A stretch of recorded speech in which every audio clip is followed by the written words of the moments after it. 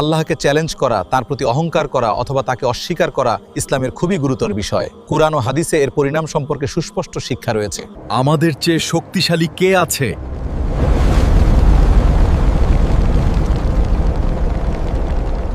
আল্লাহ তাআলা অতীতে অনেক জাতির কথা উল্লেখ করেছেন যারা নবীদের মাধ্যমে আল্লাহর বার্তা পাওয়ার পরও অহংকার করে আল্লাহকে চ্যালেঞ্জ করেছিল।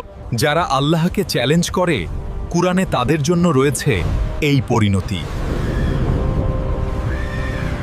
আমি জীবন দেই এবং মৃত্যু ঘটাই। আল্লাহ পূর্ব দিক থেকে সূর্য আনেন, আপনি কি পশ্চিম দিক থেকে আনতে পারেন? এটা আমার মাথার ভেতরে, এটাকে বের কর। যারা আমার নিদর্শন সমূহ সম্পর্কে বিতর্ক করে তারা যেন জেনে রাখে যে তাদের কোনো পালানোর জায়গা নেই। সূরা চ্যালেঞ্জের প্রকৃতি এবং এর বিধান। পণ্ডিতদের মতে চ্যালেঞ্জ বিভিন্ন ধরনের হতে পারে। দুনিয়াতে কি ঘটে? আল্লাহ সব চ্যালেঞ্জকারীকে সাথে সাথে শাস্তি দেন না। এটাই আল্লাহের ইস্তিদরাজ নীতি। ইস্তিদরাজ মানে কেউ অবাধ্য হওয়ার পরও আল্লাহ তাকে আরও নেয়ামত দেন যাতে সে গুনাহে আরও ডুবে যায় এবং শেষে হঠাৎ পাকড়াও করেন। আমি তাদেরকে ক্রমান্বয়ে এমনভাবে ধ্বংসের দিকে নিয়ে যাই যে তারা টেরও পায় না।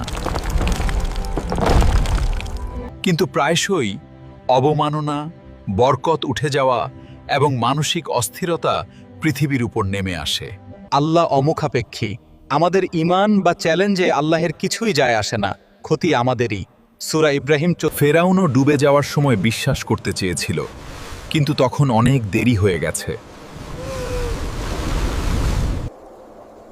হাসবুনাল্লাহু ওয়া নি'মাল ওয়াকিল।